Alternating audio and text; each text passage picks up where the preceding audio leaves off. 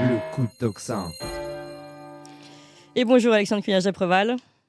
Bonjour Clémence. Vous revenez donc sur ces 500 € d'amende. C'est désormais une expérimentation qui a été mise en place dans un petit paquet de territoires en France pour condamner, je vais y arriver, voilà, les personnes qui porteraient encore un Opinel au fond de leur sac ou dans leur poche.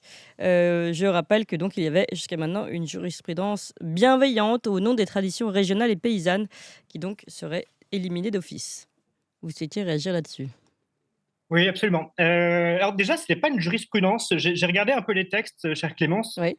C'était tout simplement une circulaire qui permettait d'interpréter l'article L311-2 du Code de sécurité intérieure et qui précisait les couteaux qui relevaient de ce code, donc de l'interdiction du port et du transport, c'est-à-dire c'était les types poignards, vous savez, crans d'arrêt, etc., couteaux qu'on appelle papillons, vous savez, qui sont vraiment des couteaux faits pour planter. Alors, je vous donne le critère qui existait à l'époque et qui officiellement existe toujours, enfin à ma connaissance. Donc, sont interdits les lames solidaires de la poignée ou équipées d'un système permettant de la rendre solidaire du manche à double tranchant sur toute la longueur ou à tout le moins à la pointe d'une longueur supérieure à 15 cm, d'une épaisseur au moins égale à 4 mm, à poignée comportant une garde. Ce qui est absolument logique, en fait, c'est des poignards, donc c'est des coups qui sont faits pour planter et pour tuer. Pour poignarder, oui. Pour poignarder, donc c'est fait pour. On comprend qu'il puisse y avoir des limitations, notamment pour les dagues de chasse qui sont faites pour servir les animaux, vous savez, que ça soit dans une action de chasse et pas partout dans la rue, etc. En revanche, j'ai appris que ceci. Voilà. Oui. Il y a le nom de mon fils. À l'écran, ça paraît grand, mais en fait, c'est tout petit. Donc, transporter ça, ça fait de vous un délinquant. Alors, moi, j'ai tout le temps. Et nous aussi, on a le même ici, vous voyez. Ça, sur moi. Avec le tire-bouchon, mais le tire-bouchon est dangereux quand même, faut le dire. Exactement. Donc, moi, j'aimerais bien savoir si le fait de pouvoir se faire du saucisson et du pinard au déjeuner est un acte hautement répréhensible. Et c'est là où je voudrais en venir, parce qu'évidemment, c'est une pantalonnade, comme d'habitude, cette histoire. C'est évidemment pas les porteurs de Laguiole et d'Opinel. Enfin, vous imaginez faire du mal à quelqu'un avec un truc comme ça. Je vais vous donner un exemple. À l'époque où je militais encore à Paris, on faisait des conférences publiques parce que nous ne cachons rien de ce que nous faisons. Et on a été attaqué plusieurs fois par l'extrême gauche. La plupart de mes amis avaient ce type de couteau et moi-même d'Opinel toujours sur lui pour couper son saucisson, etc. Pas une seule fois lors d'une attaque. Déjà, on n'a pas le temps. Quelqu'un a sorti un Opinel ou un couteau pour se défendre. Ce que vous prenez, c'est ce que vous avez sous la main. Par exemple, une chaise pour tenir à distance vos agresseurs, voire une bouteille, des trucs qui vous permettent de maintenir les gens à distance. Et si vous voulez agresser, vous n'agressez pas avec un Opinel. Vous faites ça avec autre chose, avec des vraies armes. Donc tout ça est évidemment une pantalonnade. Et moi, je vois comme explication dans ce truc, dans ce machin, je ne sais même pas comment le qualifier. Une volonté d'humilier encore une fois la population. Parce qu'il n'y a rien à voir avec la sécurité dans cette chose. Et l'humiliation, elle vient de l'automaticité de la peine. C'est-à-dire que, encore une fois, et comme d'habitude, pour des faits absolument mineurs, donc le citoyen solvable va se retrouver contrôlé, donc humilié, c'est exactement comme le contrôle routier, c'est-à-dire qu'on va toujours pouvoir trouver quelque chose qui ne va pas sur votre bagnole et on va toujours pouvoir vous mettre une amende. Simplement, vous êtes un bon connard. Je confirme. Donc vous êtes solvable, même si vous finissez le mois comme tout le monde avec des difficultés. Mais bon, bon an, mal an, vous payez votre crédit ou votre loyer, donc on sait vous retrouver. Vous avez un travail ou une pension de retraite que vous avez acquise à la sueur de votre front, et donc on va pouvoir vous ponctionner sur vos comptes via des amendes automatiques. Donc on fait de vous un délinquant ou un criminel en puissance, et en plus celui qui n'est jamais jugé, pour lequel la peine est toujours automatique. Alors que pour les vrais délinquants et les vrais criminels, ce n'est jamais le cas. Lui, on va toujours expliquer, on va toujours trouver des explications, des bonnes excuses. Alors que pour le citoyen lambda... Ou alors, il va profiter après coup d'une remise de peine. Rappelons le cas exactement. Philippines à Boulogne. Alors, moi, je propose autre chose, parce que cette histoire de couteau, c'est un peu comme l'histoire des voitures folles. Il n'y a pas de couteau fou, il n'y a pas de voiture folle. Il y a des malades et il y a des criminels.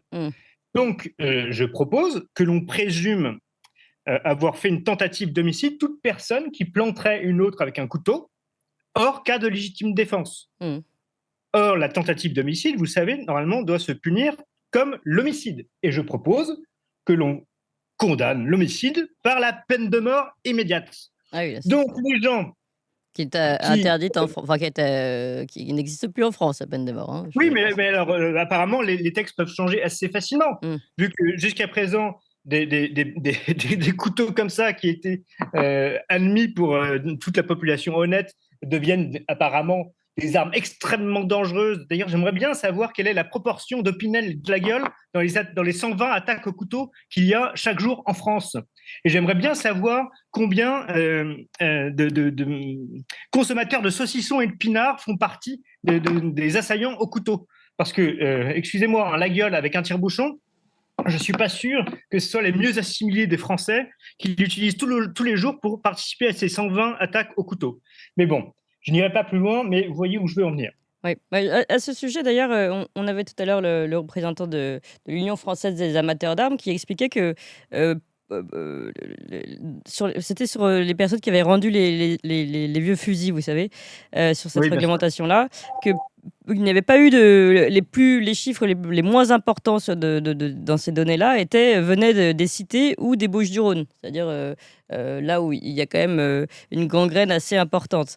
Donc, c'est intéressant de voir qu'en tout cas, comme vous le disiez, ça ne touche pas la population qui peut être la plus à risque, en tout cas les zones les plus à risque, voilà, mais plutôt le français moyen.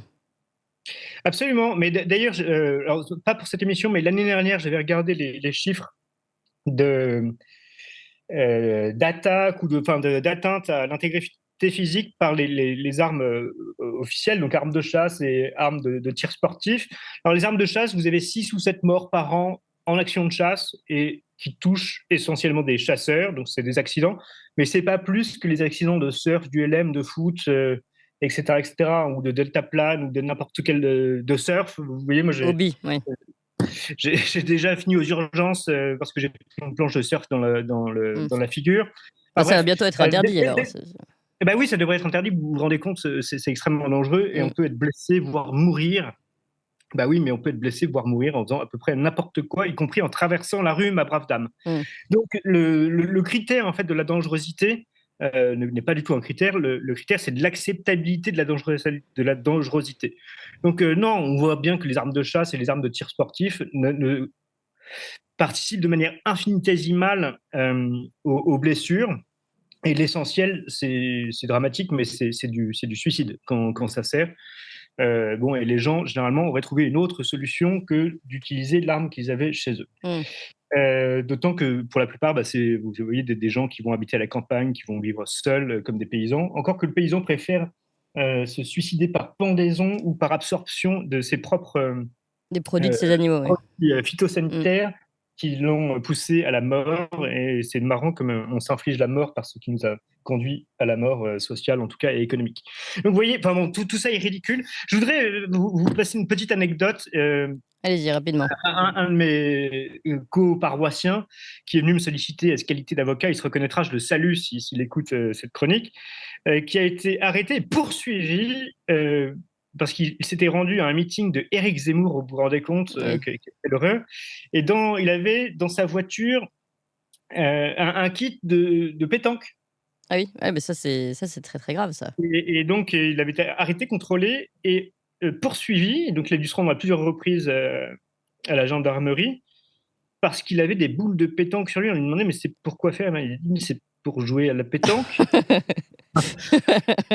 En plus, c'est un monsieur, enfin, vous voyez, c'est pas un type qui a la vingtaine, Ouais, complètement fou.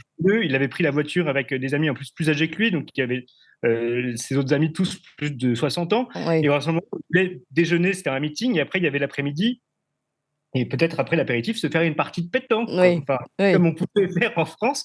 Et ça lui a valu des poursuites. Alors, heureusement, il n'a été condamné pour rien, mais vous imaginez, ne serait-ce que le stress, à chaque fois, c'était pas chez lui, donc il fallait 2 heures de route pour aller à la gendarmerie, répondre aux gendarmes, au procureur, être mis dans une situation de culpabilité alors que vous n'avez rien fait. Donc encore une fois, pour moi, le principe de cet État, Mais pardon, juste, vous n'avez pas rien fait. Vous avez porté la tradition française. C'est comme le Pinel pour le saucisson épinard, comme vous le oui, disiez. mais exactement, mais Mmh. c'est-à-dire que vous êtes présumé coupable. On vous met dans un sentiment de culpabilité et en plus, c'est toujours sur vous que ça va tomber. Mm. Parce que sur l'insolvable, sur le type qui paiera jamais sa peine, son amende automatique de 500 euros, parce que de toute façon, il n'est pas solvable. Ou alors, s'il gagne de l'argent, c'est par des délits ou des trafics et donc de l'argent liquide par définition. Mm. C'est pas de l'argent qui est déclaré et qui est dans les circuits légaux. Donc, Ouais. vous n'allez pas recevoir un truc comme ça, là, une notification de saisie administrative à tiers détenteur qu'on reçoit tous les matins parce qu'on a oublié de payer 7,50 € je ne sais où. Mm. Donc, évidemment, c'est toujours le même processus d'humiliation. Voilà, mais simplement, il ne faut pas trop tirer sur la corde parce que quand on humilie les gens, à la fin, ils se révoltent. Donc, j'espère que c'est pour bientôt.